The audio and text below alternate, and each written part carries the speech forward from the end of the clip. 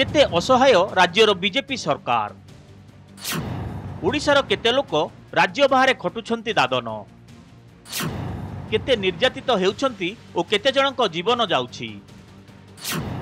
राज्य सरकार को पाखरे नाही तथ्य।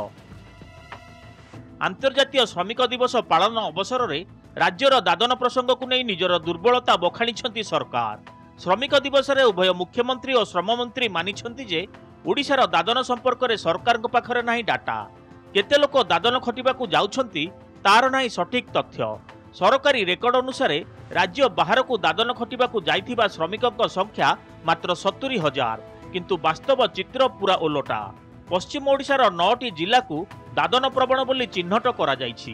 प्रत्येक दिन राज्य बाहर श्रमिकों जीवन जाउछि, हेले सरकार तथ्य पाउनांती बोली मानिछंती श्रम मंत्री। सेपटे नुआपड़ा बलांगीर कलाहांडी अधिक लोक दादन खटिबाकू जाउछंती। दादन समस्यार समाधान पई टास्क फोर्स गठन सह स्वतंत्र पॉलिसी अणाजिवो बोली कहिसंती मुख्यमंत्री। बलांगीर एरिया रु कलाहांडी एरिया रु भी बहुत लोक जाउछंती दादन खटिया पई। कोन पई जाउछंती? आम राज्य में काम नहीं से पंजीकृत हो पारु नहीं। मात्र 70,000 पंजीकृत होती लोक तो जाऊँच 10 लाख।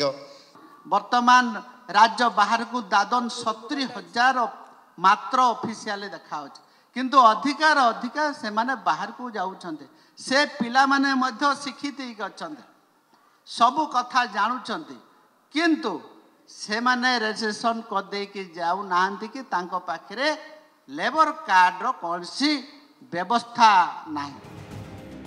सेपटे राज्य और देश में श्रमिक विरोधी सरकार चलीथिबा अभियोग करिछि बिजु श्रमिक सामुख्य। केंद्र सरकार द्वारा अणा जाइथिबा 4टी श्रम कोड को विरोध करुछंती प्रमुख राजनैतिक दल। नवीन पट्टनायक श्रमिकों सर्वनिम्न मजूरी 107 टंका बढ़ाइथिले, किंतु एबेर सरकार बढ़ाइले मात्र 10 टंका। श्रमिकों कार्य समय 8 रु 12 घंटा हेलाणी। तेणु श्रमिकों को किभଳି न्याय मिलिबो से नहीं जुक्ति बाढ़ी बिजु श्रमिक सामुख्य। अन्यपटे श्रमिकों को विभिन्न उपाय लुंठन करा जाउछि बोली अभियोग करिछि सीटू। तेणु प्रथमे श्रमिकों सर्वनिम्न आवश्यकता सांगकू सुरक्षा उपर ध्यान दिया जाउ बोली दाबी होइछि। सरकार कहले बेकार सरकार कहले भारतीय जनता पार्टी सरकार जे कहले 15,000 टंका जार आय अछि से आउ कंट्रोल कार्ड पाइबार अधिकार तार नाही, ताले श्रमजीवी लोक कुआड़ जिवे? आज कई लक्ष श्रमजीवी लोक रास्तार कंट्रोल कार्डर वंचित होती। जार कंट्रोल कार्ड वंचित हम से आयुष्मान रे संपृक्त हो पार नहीं। केते अत्याचार श्रमजीवी लोक उपर।